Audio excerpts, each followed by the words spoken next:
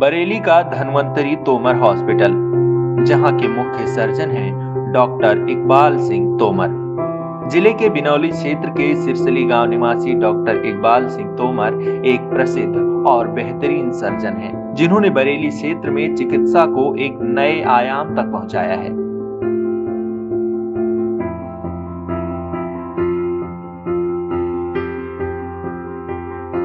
पेशे से डॉक्टर होने के साथ साथ इकबाल तोमर नेचर प्रेमी भी हैं, जो खाली समय पर बागवानी और नए नए फूलों को अपने आंगन में उगाने का शौक रखते हैं। सुबह शाम मरीजों और उनके इलाज में व्यस्त डॉक्टर इकबाल सिंह तोमर को समाज का भी बखूबी ख्याल रहता है, जो वक्त मिलने पर सामाजिक कार्यों में भी शरीक होते हैं। डॉक्टर तोमर के सेवा समर्पण और उनकी लोकप्रियता का अंदाजा इस बात से लगाया जा सकता है कि वर्ष 2000 में नगर निगम के चुनाव में पहली बार निर्दलीय उतरे और महापौर बन गए। डॉक्टर इकबाल सिंह तोमर को उनके द्वारा हासिल की गई उपलब्धियों के लिए 2005 में यूपी रत्न से भी सम्मानित किया जा चुका है। 2022 चुनाव को लेकर तारीखों का ऐलान हो चुका है। बरेली में 14 फरवरी को मतदान होना है, जिसको लेकर डॉक्टर इकबाल सिंह तोमर ने यहाँ की जनता से बढ़ चढ़कर मतदान करने की अपील की है।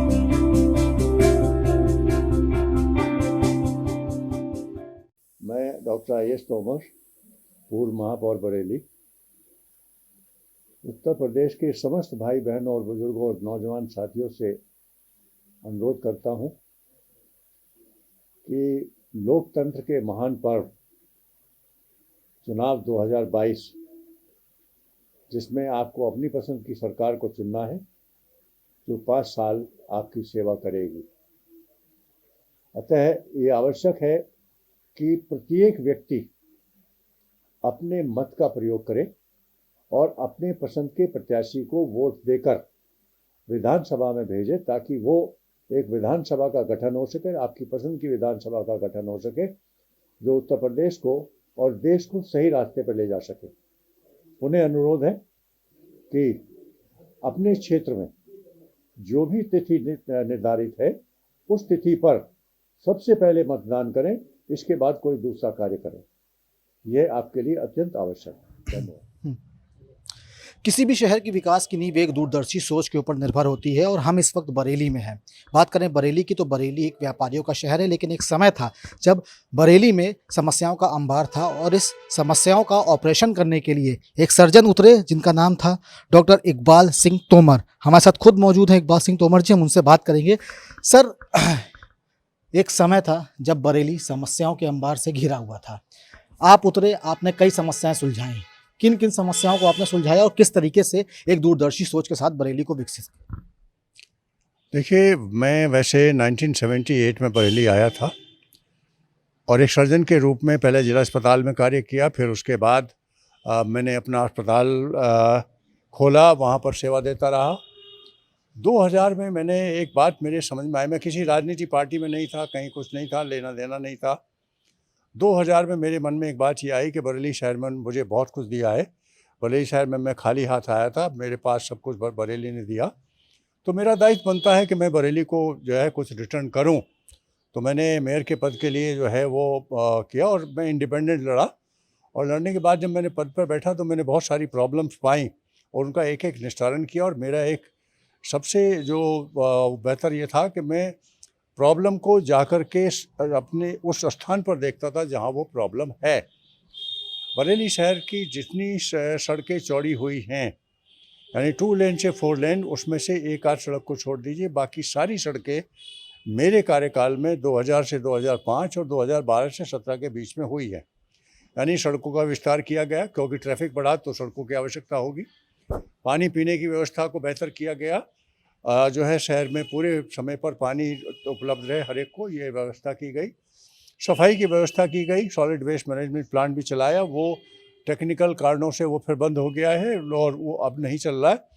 लेकिन हमने एक व्यवस्था की थी कि कूड़ा करकट का जो है समाधान हो और उससे खाद बने और वो खाद काम आए। बाकी जो रात के लिए स्ट्रीट लाइट वगैरह जो व्यवस्थाएं होती हैं, वो सारी व्यवस्थाएं की गई। 2012 में एक सबसे बड़ी प्रॉब्लम थी कि बरेली शहर 2 हिस्सों में बटा हुआ था और एक जो है श्यामगंज के इस साइड में था, एक जो है श्यामगंज के उत्तर साइड में था, एक दक्षिण साइड में था। इसको दोनों को जोड़ने का कार्य एक बहुत मुश्किल कार्य था। वहाँ दोनों कम्युनिटी थी, हिंदू भी थे, मुसलमान भी थे, वहाँ विरोध भी था और वो जोड़ना बहुत आवश्यक था। वहाँ पर हमने 1.2 किलोमीटर का फ्लाईओवर केवल 12 महीने में तैयार करा के दिया, जो एक रिकॉर्ड है कि इतने कम समय में 1.2 किलोमीटर का फ्लाईओवर शहर के बीचों बीच घनी बस्ती में, जहाँ पर केवल 9 मीटर 10 मीटर चौड़ी सड़क हो, वहाँ पर वो बनाया। और उसमें अखिलेश जी का बहुत बड़ा योगदान रहा। उन्होंने उसकी स्वीकृति दी थी और धनराशि प्राप्त कराई थी। वो एक कार्य ऐसा रहा जिसमें बरेली को 2 भाग से एक भाग में जोड़ा। अब राजनीति के बारे में यदि आप पूछते हैं तो राजनीति के बारे में मैं कहना चाहता हूँ कि यदि इस देश को ठीक करना है तो 5 चीज़ों की आवश्यकता है। बहुत, मैं ये बात कई दफ़ा कही, बहुत पहले भी कही। सर, मैं इस पे आगे भी आता हूँ, मुझे बहुत सवाल आपसे पूछने हैं। एक लंबा इतिहास आपका रहा है, आपने बहुत चीज़ें देखी हैं। देखा जाए तो ये कहीं ना कहीं एक दूरदर्शी सोच का नतीजा था जो आपने इतना काम किया। वो सोच कहाँ से डेवलप हुई ये भी जानना चाहूँगा मैं। देखिए, सोच कोई ऐसा नहीं कि कहीं से डेवलप हुई हो। एक आपका इनबॉर्न कैरेक्टर होता है, इनबॉर्न आपके आइडियाज़ होते हैं और उसका डेवलप करने का सबसे बेहतर तरीका ये है कि प्रॉब्लम को आप साइट पर देखें। ऑफिस में बैठकर आप प्लानिंग करेंगे, कभी कामयाब नहीं होंगे जब तक आप साइट पर नहीं जाएंगे। साइट पर जाकर के वो कम पैसों में वो प्रॉब्लम सॉल्व हो सकती है, जल्दी सॉल्व हो सकती है। इसलिए मेरा रोज़ का एक रूटीन था कि सुबह मैं 8 बजे से 8:30 बजे से 10 साढ़े 10 बजे तक या 11 बजे तक पूरे शहर का भ्रमण करता था और जहाँ पर भी निर्माण कार्य हो रहे होते थे वहाँ अपने अधिकारियों को लेकर निर्माण विभाग के या जिस विभाग का हो रहा था वहाँ जाता था और उसके बाद ऑफिस बैठता था। 1 बजे तक ऑफिस बैठता था, 1 बजे के बाद अपने अस्पताल आता था। पूरे 10 साल के कार्यकाल में मैंने कभी भी अस्पताल में बैठना बंद नहीं किया और ना ही ऑपरेशन करना बंद किया। वो बात अलग है कि मैंने असिस्टेंट भी रखे अपने साथ में ताकि काम जो है सुचारू रूप से चले, लेकिन मैं बैठता रहा और अपना काम भी करता रहा, आज भी कर रहा हूँ।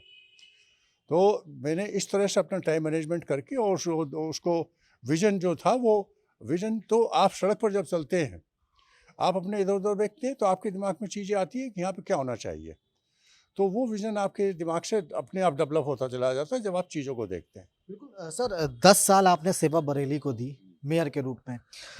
किन किन समस्याओं से आपको सामना करना पड़ा, क्या क्या चैलेंजेस आपके सामने रहे? देखिए, जो शहर के किसी भी शहर के डेवलपमेंट के लिए चैलेंजेस होते हैं वो है सड़क, पीने का पानी, drainage, street light, sewer system.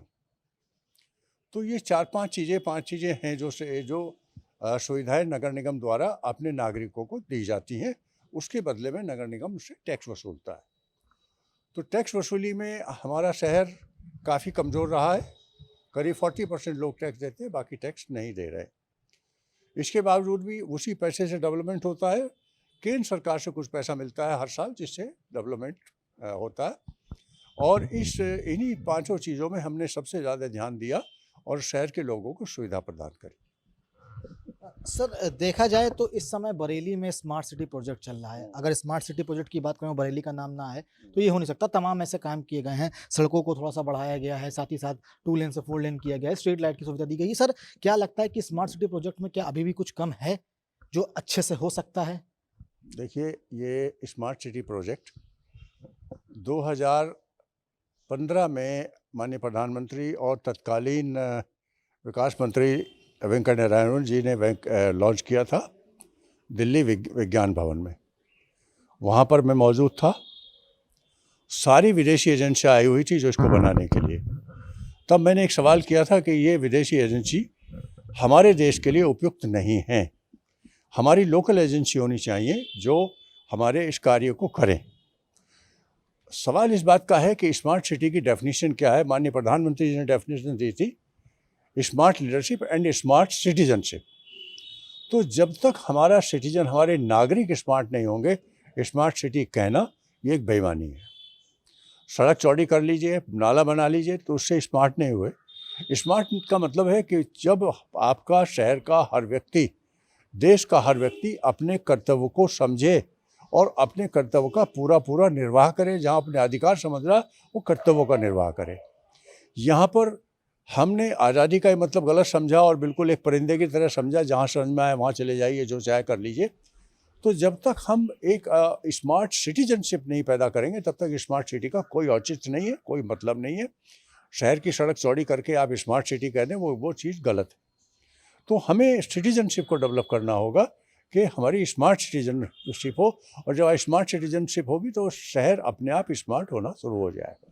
Sir, smart citizenship की अभी आपने बात करी, वो क्या चीज़ें रहेंगी जिससे जो सिटीजन है वो स्मार्ट बन जाएंगे, अगर आपके अनुभव के तौर पर जानना चाहूँ तो? देखिए, ऐसा है, सबसे पहले है लेवल ऑफ एजुकेशन। जब तक हमारा 100% एजुकेटेड लिटरेट नहीं होगा व्यक्ति, तब तक हम स्मार्ट सिटी या स्मार्ट सिटीजन की बात नहीं कर सकते। जब एजुकेशन होगी तब उसके बाद ही हम ये बात कर सकते हैं कि वो ये बात को समझे, अपने अधिकारों के साथ साथ उत्तरदायित्व को भी समझेगा, और उसमें वो उन सब चीज़ों का पालन करेगा जो एक अच्छे नागरिक का होता है।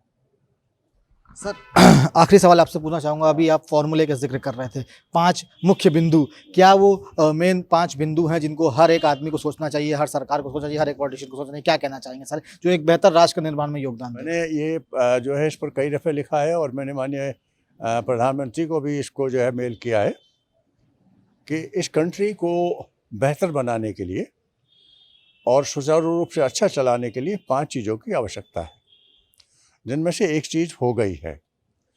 First is 1 country 1 law, uniform civil law applicable to every citizen of the country. एक देश है, एक कानून। दूसरा है इलेक्शन रिफॉर्म। देखिए, देश का सबसे बड़ा दुर्भाग्य ये है कि इलेक्शन में सबसे बड़ा करप्शन है, और यहीं से करप्शन प्रारंभ होता है, और यही कारण है कि कोई भी अच्छा व्यक्ति चुनाव लड़ने के लिए तैयार नहीं होता।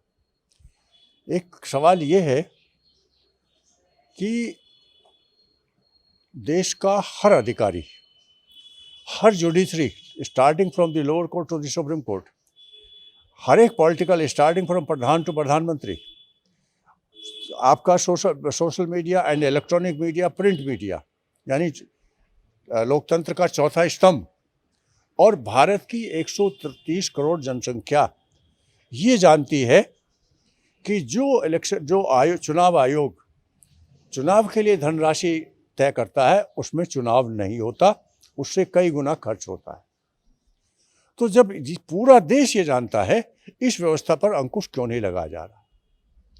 हम ये कहें कि संभव नहीं, तो ये बात मानने की नहीं। सब कुछ संभव है यदि किया जाए तो यही कारण है कि जब आप जो धनराशि तय किए उसकी 5 गुनी, 10 गुनी, 15 गुनी कैंडिडेट खर्च कर रहा है, वोट खरीद रहा है, तो लोकतंत्र कैसे स्वच्छ लोकतंत्र हो सकता है?